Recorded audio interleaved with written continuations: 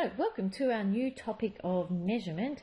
And measurement is a branch of mathematics that includes length, area, and volume. And the first thing we're going to be looking at is length and being able to really nail our length conversions.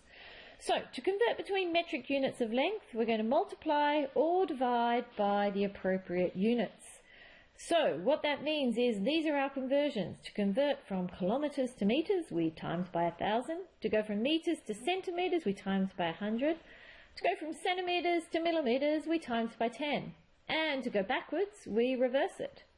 So that means if I want to go from kilometres to, say, millimetres, I would have my number in kilometres and I would multiply it by 1,000, multiply it by 100, and then multiply it by 10.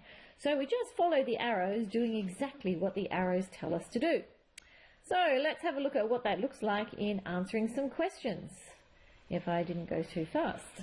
Let's have a look. 5.41 centimetres to millimetres. So I'm going from centimetres to millimetres.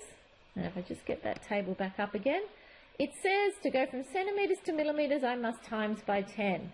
So we write down 5.41 and we times by 10 and we pick up our calculators, or we know that when we multiply by 10 we just move our decimal point one place.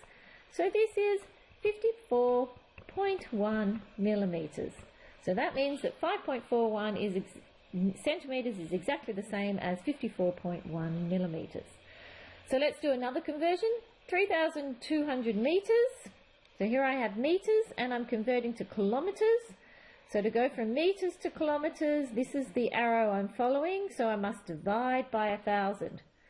So 3,200, and I'm going to divide by 1,000, and I'm going to get 3.2 kilometres. Nice and simple. Now I've got 5 metres, I'm going to change that to centimetres. Following the arrow, I'm going from metres to centimetres, so this is the only way I can go. I times by 100.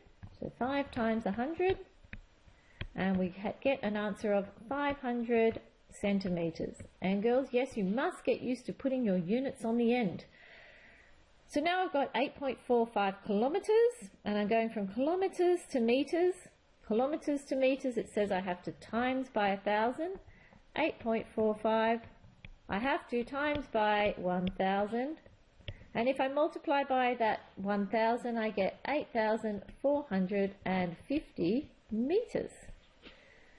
Now I'm going from metres to millimetres, from metres to millimetres. Can you see I have to follow 2 arrows here? So I've got 3.4, and the first arrow tells me I must times by 100. So I'm going to times by 100. And my next arrow says I must times by 10. So I'm going to do both of those, and when I do that, I get an answer of 3,400 millimetres. Last one, 5 kilometres into centimetres. If you can see what I have to do, I have 2 arrows once again that I have to follow. So I've got 1.5, and I have to times it by 1,000. And to change the centimetres, I must then times it by 100. So times it by 1,000 means I move my decimal place. Let's do it. It's a good learning experience. Times 3 zeros means I move my decimal point 3 places. And then another 2 places for times by 100. And fill those in with zeros. And you get 150,000 centimetres are in 1.5 kilometres. So I hope that makes it very clear how do we do conversions, and I'll see you next time.